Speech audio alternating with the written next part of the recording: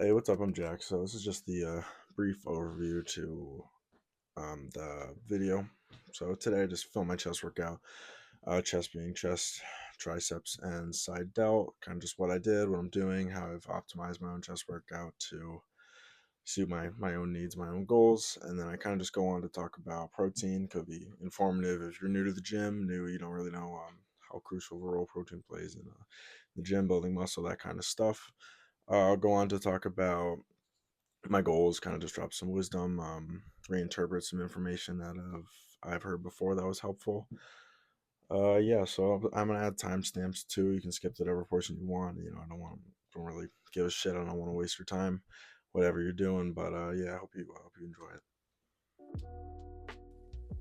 All right, so I like to start my chest days with a compound movement. Because I'm not tired from any previous exercises, and I can kind of work all the groups I'm gonna work that day.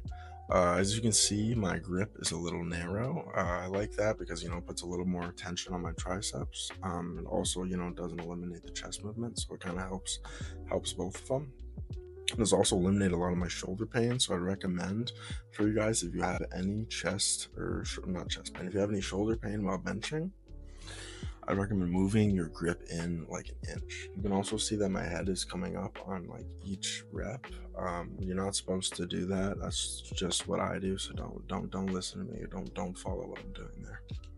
All right, so what I'm doing here is exactly the same thing, same weight and same style. The style being slow on the way down, pause on my chest, and explosive on the way up. I want to remain in control of the weight the entire time.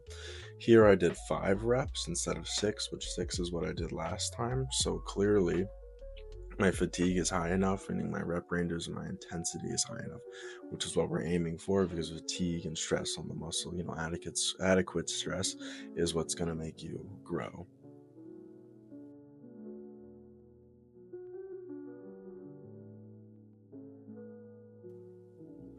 All right, what I'm doing here is just a seated chest press, I believe is what it's called. I'm not using the wide grip, I'm using the narrow grip. I like this machine because I don't really have to focus on controlling the weight or keeping the bar, where it's supposed to be once it touches my chest. I can more just focus on force production, and isolating my triceps more and my front delts more, which the chest really takes over more. On bench presses is kind of the opposite.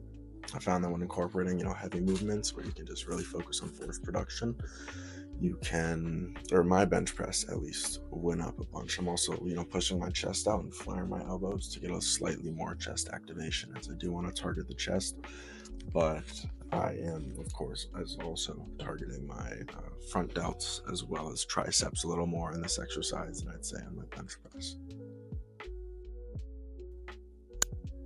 My next exercise is the pec deck. I like this machine because it's incorporating more of a stretch as well as a contraction, which the other 2 exercises I did more focus on strength and just working the chest. This really isolates the chest, and you can get a really good contraction as well as stretch. You can see the stretch here at the bottom of the motion when my elbows are bent slightly, actually causes more stretch in the chest. And then here, as I'm coming up, my arms straighten, causing the good contraction. We're doing the same thing, slow and controlled on the way down, more powerful, explosive on the way up. I'd recommend incorporating a training or an exercise that trains the muscle in a lengthened position, such as a pec deck for your chest, or like an overhead tricep extension, which I'm going to do later. Here I'm also going to do some half reps, which the literature suggests helps with muscle growth. Give them a try if you haven't done them before. Here I'm training the triceps in a lengthened position with an overhead tricep press. I would not recommend this motion if you have bad elbows, as it can be pretty hard on your elbows. I'm still myself figuring out exactly how to do this motion, so don't copy my form or technique here. Again, same thing, slow and controlled, more powerful on the way up. Get a stretch at the bottom Yeah, I think I did a little bit more reps here, just isolating my triceps some more. They did get worked, of course, during two of my chest movements. So they did get some work, but definitely isolating the muscle is what's going to cause the most growth. So I'm going to isolate my triceps here and do some tricep exercises. Also, after this, I did some tricep pushdowns with the same grip, which I did not film, but I did about 6 sets for. Here I'm doing lateral raises for my side delts because they need some serious work. Anyways, I like to do these with the cable, but you should train these in different ways. But today I'm doing it with the cable. I can see the cable is kind of at like hips, like waist level, because it causes a lot of tension towards the bottom of the motion, which is lacking during when you're doing it with a dumbbell.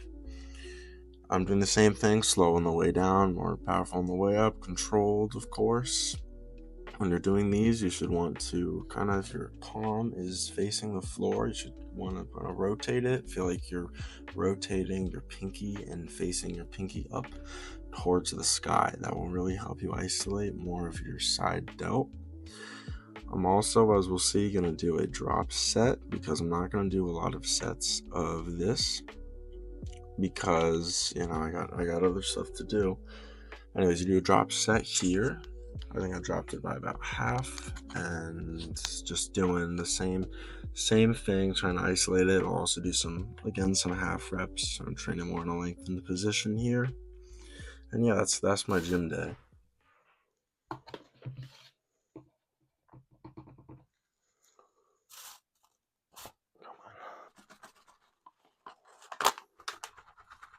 I don't know if anyone else struggles with this daily like I do.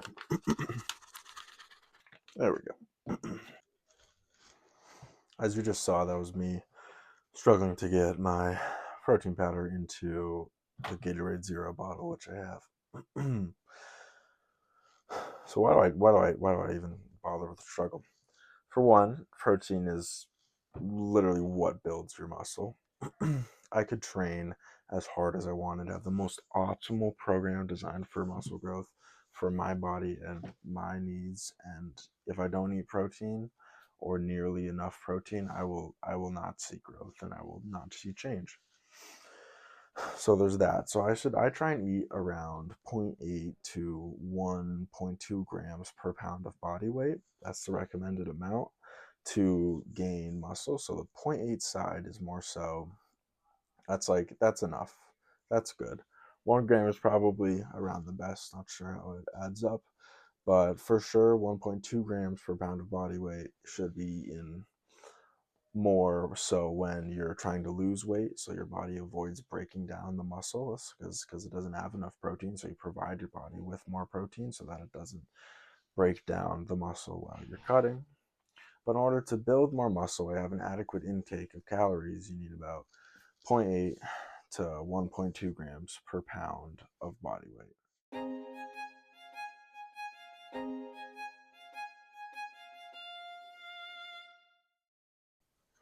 What I've been thinking about recently is what I want to achieve, and I need something to work for. And that's something that I want to work for shouldn't be like some nice car or a nice house. It shouldn't be something beyond my own selfish desires. And I think I figured it out, but really in the end what I want to do is help people, through physically and mentally. I want to help people physically by being a great trainer, helping them get their dream physique, feel better in their body, more comfortable in their own skin, feel better in their headspace. I've struggled a lot with both of those aspects, and I want to make it easier for people to feel better in just physically and mentally.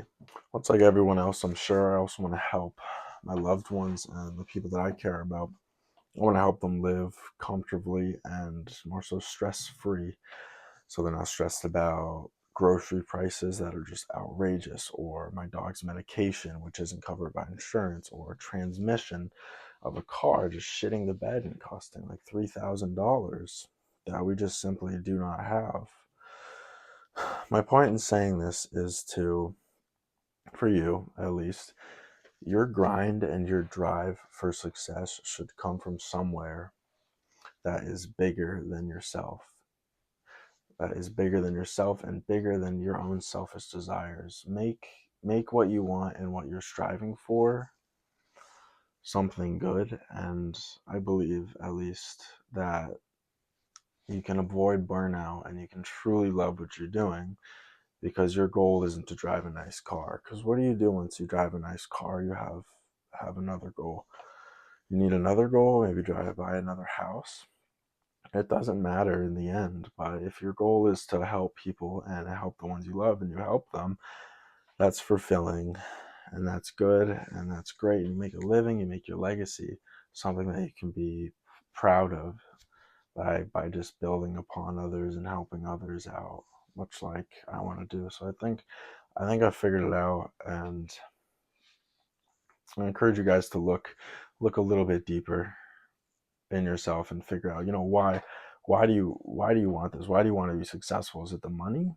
And if it is the money, if that's why you say you want to be successful, look a little deeper and figure out like what is it exactly that you want besides the money. And I think you'll find a good answer in there.